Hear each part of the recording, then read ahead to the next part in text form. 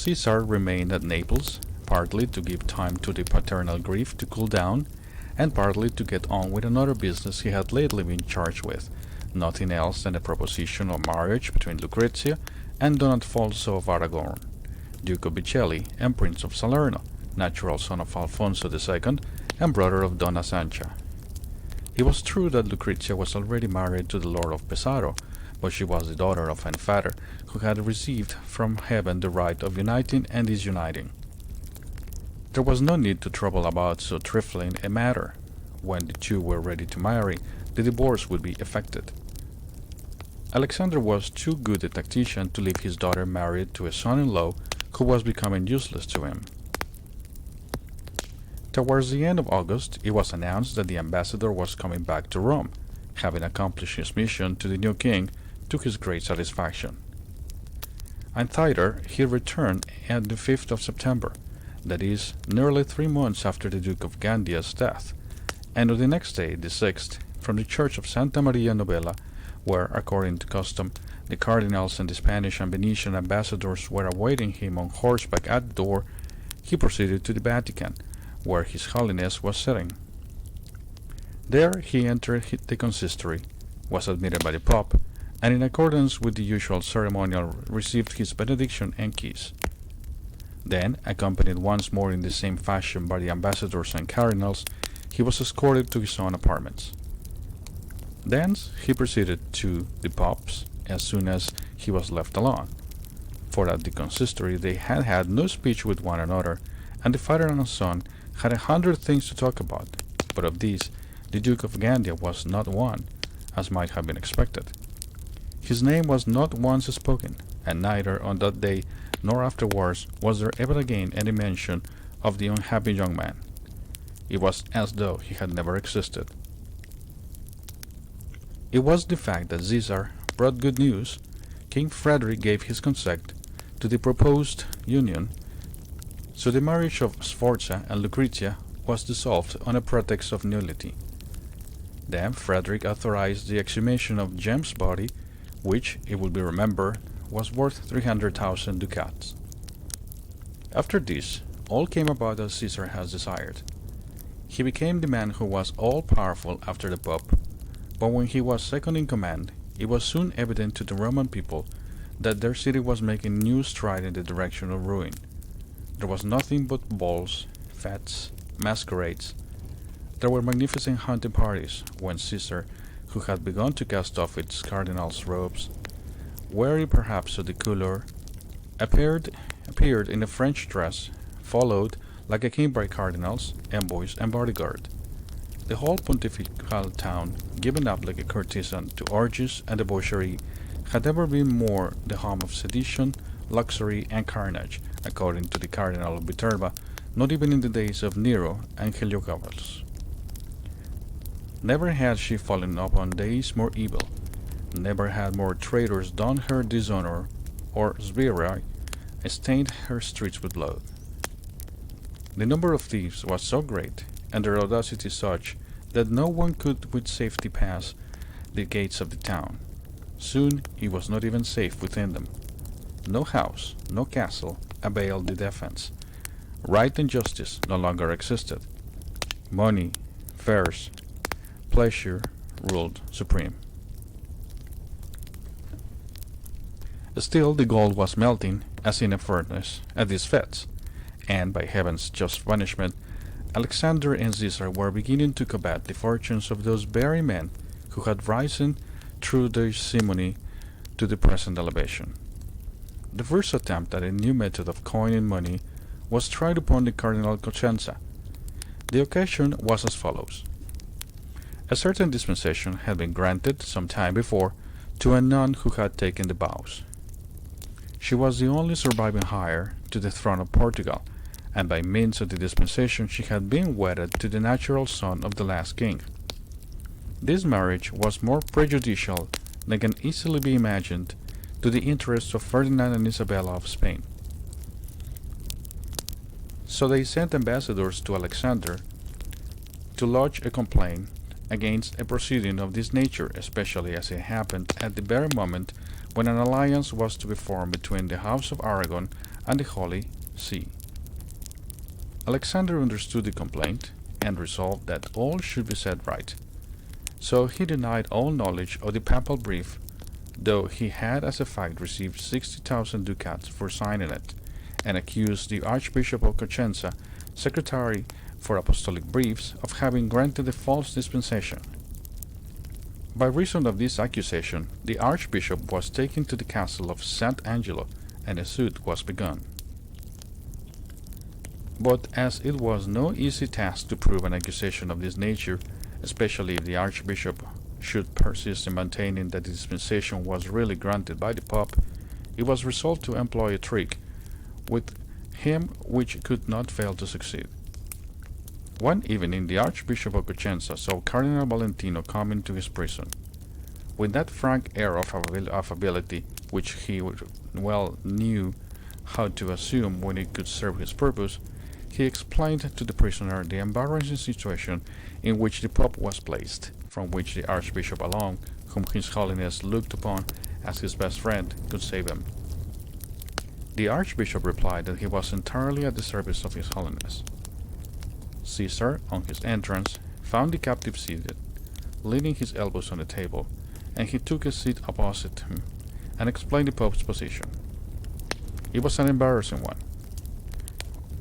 At the very time of contracting so important an alliance with the House of Aragon as that of Lucrezia and Alfonso, His Holiness could not avow to Ferdinand and Isabella that, for the sake of a few miserable ducats, he had signed a dispensation which would unite in the husband and wife together all the legitimate claims to a throne to which Ferdinand and Isabella had no right at all but that of conquest. This avowal would necessarily put an end to all negotiations, and the pontifical house would fall by the overthrow of that very pedestal which was to have heightened its grandeur. Accordingly, the Archbishop would understand that the Pope expected of his devotion and friendship. It was a simple and straight avowal that he had supposed he might take it upon himself to accord the dispensation. Then, as the sentence to be passed on such an error would be the business of Alexander, the accused could easily imagine beforehand how truly paternal such a sentence would be. Besides, the reward was in the same hands, as if the sentence was that of a father, the recompense would be that of a king. In fact, this recompense would be no less than the honor of assisting as envoy, with the title of cardinal, at the marriage of Lucrezia and Alfonso, a favor which would be very appropriate, since it would be thanks to his devotion that the marriage could take place. The Archbishop of Cosenza knew the men he was dealing with. He knew that to save their own ends they would hesitate at nothing. He knew they had a poison like sugar to the taste and to the smell impossible to discover in food, a poison that would kill slowly or quickly as the poisoner willed and would leave no trace behind. He knew the secret of the poison key that lay always on the Pope's mantelpiece, so that when His Holiness wished to destroy some one of his intimates, he bade him open a certain cupboard. On the handle of the key there was a little spike, and as the lock of the cupboard turned stiffly, the hand would naturally press, the lock would yield, and nothing would have come of it but a trifling scratch. The scratch was mortal. He knew, too, that Caesar wore a ring made like two lions' heads, and that he would turn the stone on the inside when he was shaking hands with a friend. Then the lion's teeth became the teeth of a viper, and the friend died a cursing Borgia. So he yielded, partly through fear, partly blinded by the thought of the reward, and Caesar returned to the Vatican armed with a precious paper, in which the Archbishop of Cosenza admitted that he was the only person responsible for the dispensation granted to the royal nun. 2 days later, by means of the proofs scantily furnished by the Archbishop, the Pope, in the presence of the governor of Rome, the auditor of the Apostolic Chamber, the advocate, and the fiscal attorney, pronounced sentence condemning the Archbishop to the loss of all his benefices and ecclesiastical offices, degradation from his orders, and confiscation of his goods. His person was to be handed over to the civil arm. 2 days later, the civil magistrate entered the prison to fulfill his office as received from the Pope, and appeared before the Archbishop accompanied by the clerk, 2 servants, and 4 guards. The clerk unrolled the paper he carried and read out the sentence. The 2 servants untied a packet, and, stripping the prisoner of his ecclesiastical garments, they reclothed him in a dress of coarse, white cloth, which only reached down to his knees, breeches of the same, and a pair of clumsy shoes. Lastly, the guards took him and led him into one of the deepest dungeons of the castle of San Angelo, where, for furniture, he found nothing but a wooden crucifix, a table, a chair, and a bed. For occupation, a Bible and a breviary, with a lamp to read by. For nourishment, 2 pounds of bread and a little cask of water, which were to be renewed every 3 days, together with a bottle of oil for burning in his lamp. At the end of 1 year, the poor archbishop died of despair, not before he had known his own arms in his agony. The very same day that he was taken into the dungeon, Caesar Borgia, who had managed the affair so ably, was presented by the Pope with all the belongings of the condemned prisoner. But the hunting parties, balls, and masquerades were not the only pleasures enjoyed by the Pope and his family. From time to time, strange spectacles were exhibited. We will only describe 2, one of them a case of punishment, the other no more nor less than a matter of the stud farm. But as both of these give details with which we would not have our readers credit of our imagination, we will first say that they are literally translated from Burchard's Latin journal. About the same time, that is, about the beginning of 1499, a certain courtesan named La Gorseta was in prison, and had a lover who came to visit her in woman's clothes, a Spanish Moor, called from his disguise the Spanish lady from Barbary. As a punishment, both of them were led through the town, the woman with a petticoat or skirt, but wearing only the Moor's dress unbuttoned in front. The man wore his woman's garb, his hands were tied behind his back, and the skirt fastened up to his middle, with a view to complete exposure before the eyes of all. When in this attire they had made the circuit of the town, the Gorseta was sent back to the prison with the Moor.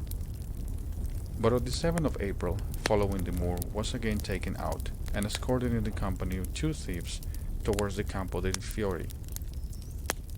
3 condemned men were then preceded by a constable, who rode backwards on an ass, and held in his hand a long pole, on the end of which were hung, still bleeding, the amputated limbs of a poor Jew, who had suffered torture and death for some trifling crime.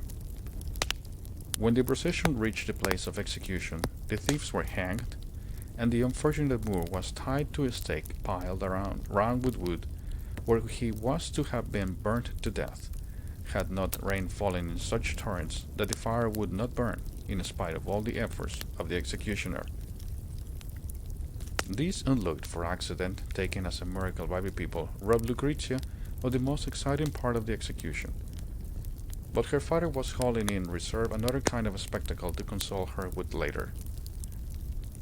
We inform the reader once more that a few lines we are about to set before him are a translation from the journal of the worthy German Burchard, who saw nothing in the bloodiest of most wanton performances but facts for his journal, which he duly registered with the impassibility of a scribe, appending no remark or moral reflection.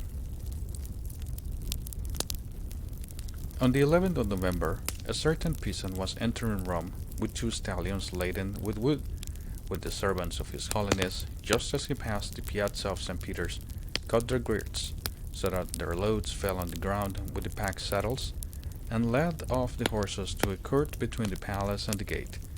Then the stable doors were opened, and 4 stallions, quite free and unbridled, rushed out, and in an instant all 6 animals began kicking, biting, and fighting each other until several were killed. Roderigo and Madame Lucrezia, who sat at the window just over the palace gate, took the greatest delight in the struggle, and called their courtiers to witness the gallant battle that was being fought below them. Now Caesar's trick in the matter of the Archbishop of Piacenza had had the desired result, and Isabella and Ferdinand could no longer impute to Alexander the signature of the brief they had complained of. So nothing was now in the way of the marriage of Lucrezia and Alfonso. This certainly gave the Pope great joy, for he attached all the more importance to this marriage because he was already cogitating a second between Caesar and Doña Carlota, Frederick's daughter. Caesar had shown in all his actions since his brother's death his want for vocation for the ecclesiastical life. So no one was astonished when, a consistory having been summoned one morning by Alexander, Caesar entered and, addressing the Pope, began by saying that from his earliest years he had been drawn toward secular pursuits both by natural inclination and ability, and it had only been in obedience to the absolute commands of His Holiness that he entered the Church, accepted the Cardinal's scarlet, other dignities, and finally the sacred order of the diaconate. But feeling that in his situation it was improper to follow his passions, and at his age impossible to resist them, he humbly entreated His Holiness graciously to yield to the desire he had failed to overcome, and to permit him to lay aside the dress and dignities of the Church, and enter once more into the world, there to contract a lawful marriage. Also he entreated the Lord Cardinals to intercede for him with His Holiness, to whom he would freely resign all his churches, abbeys, and benefices, as well as every other ecclesiastical dignity and preferment that had been accorded him. The cardinals, deferring to Caesar's wishes, gave a unanimous vote, and the Pope, as we might suppose, like a good father, not wishing to force his son's inclinations, accepted his resignation and yielded to the petition. Thus Caesar put off the scarlet robe, which was suited to him, says his historian Tommaso Tommasi, in one particular only, that it was the color of blood. In truth, the resignation was a pressing necessity, and there was no time to lose. Charles VIII, one day after he had come home late and tired from the hunting field, had bathed his head in cold water, and going straight to table, had been struck down by an apoplectic seizure directly after his supper, and was dead, leaving the throne to the good Louis XII, a man of two conspicuous weaknesses, one as deplorable as the other. The first was the wish to make conquests. The second was the desire to have children.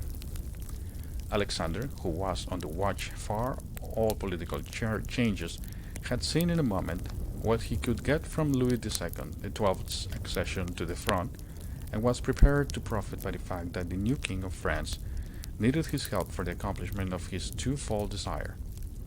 Louis needed, first, his temporal aid in an expedition against the Duchy of Milan, on which, as we explained before, he had inherited claims from Valentina Visconti, his grandmother, and secondly, his spiritual aid to dissolve his marriage with Jeanne, the daughter of Louis XI, a childless and hideously deformed woman, who he had only married by reason of the great fear he entertained for her father.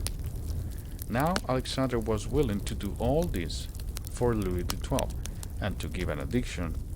In addition, a cardinal's hat to his friend George d'Amboise, provided only that the King of France would use his influence in persuading the young Doña Carlota, who was at his court, to marry his son Caesar.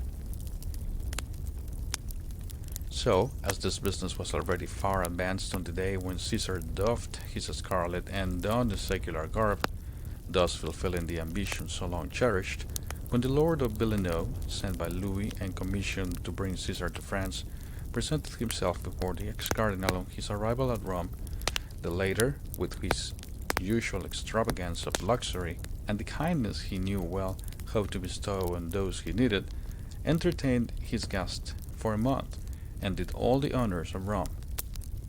After that, they departed, preceded by one of the Pope's couriers, who gave order that every town they passed through was to receive them with marks of honor and respect.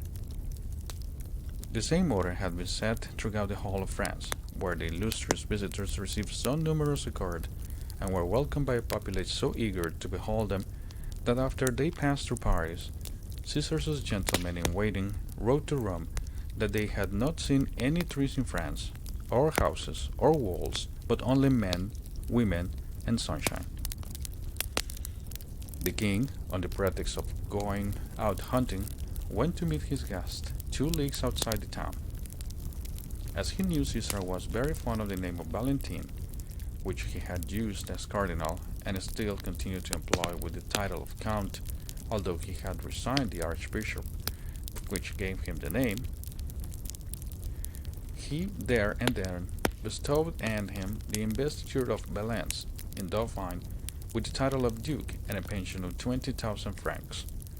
Then, when he had made this magnificent gift and talked with him for nearly a couple of hours, he took his leave to enable him to prepare the splendid entry he was proposing to make.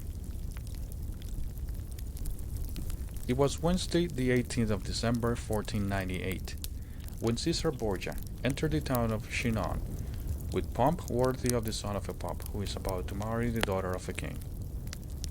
The procession began with 24 mules, caparisoned in red, adorned with escutcheons bearing the duke's arms, laden with carved trunks and chests inlaid with ivory and silver. After them came 24 mares, also caparisoned, this time in the livery of the King of France, yellow and red. Next, after this, came 10 other mules, covered in yellow satin with red crossbars. And lastly, another 10, covered with striped cloth of gold, the stripes alternatively arranged in flat gold.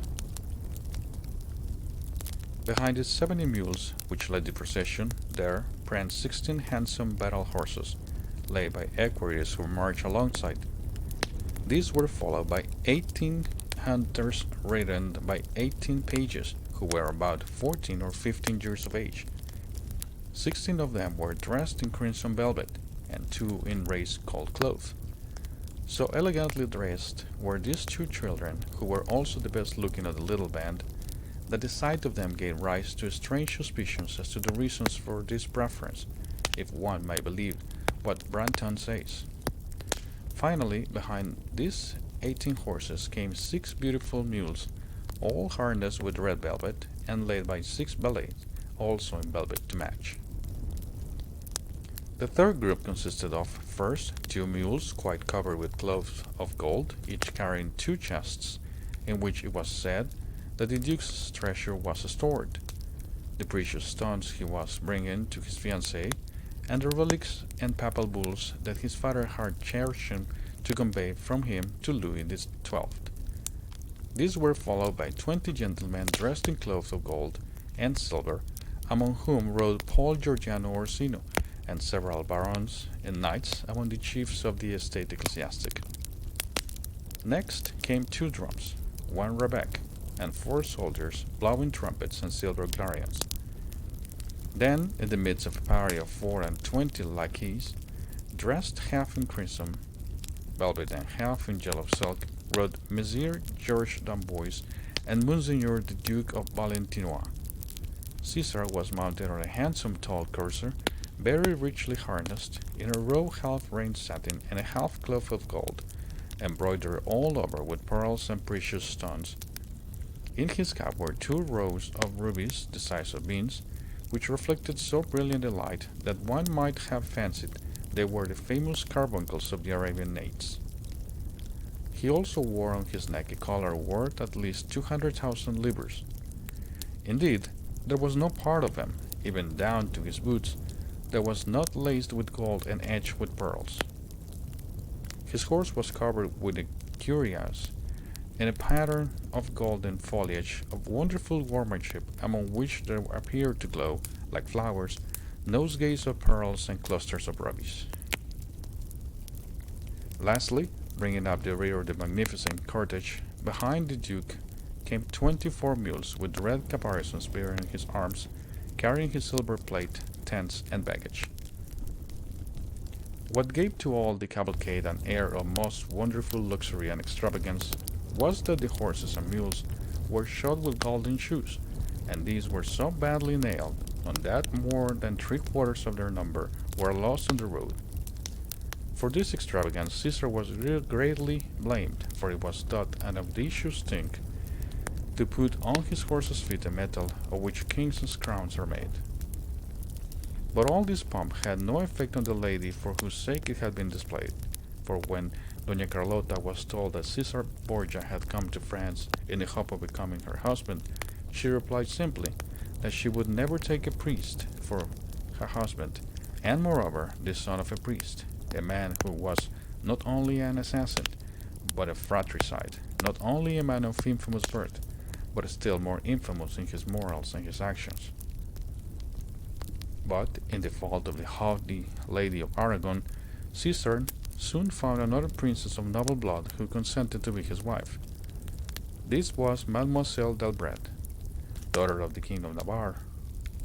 The marriage, arranged on condition that the Pope should pay 200,000 ducats dowry to the bride, and should make her brother cardinal, was celebrated on the 10th of May, and on the Whit Sunday following the Dukes of Valentinois received the Order of St. Michael, an order founded by Louis XI, and esteemed at this period as the highest in the gift of the kings of France.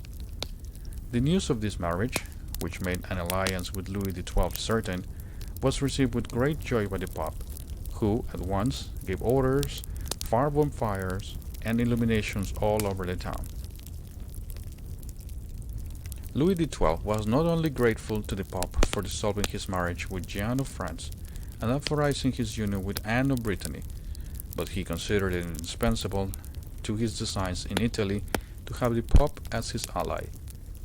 So he promised the Duke of Valentinois to put 300 lances at his disposal as soon as he had made an entry into Milan, to be used to further his own private interests, and against whomsoever he pleased except only the allies of France. The conquest of Milan should be undertaken so soon as Louis felt assured of the support of the Venetians, or at least of their neutrality, and he had sent them ambassadors authorized to promise in his name the restoration of Cremona and Guerra d'Ada when he had completed the conquest of Lombardy.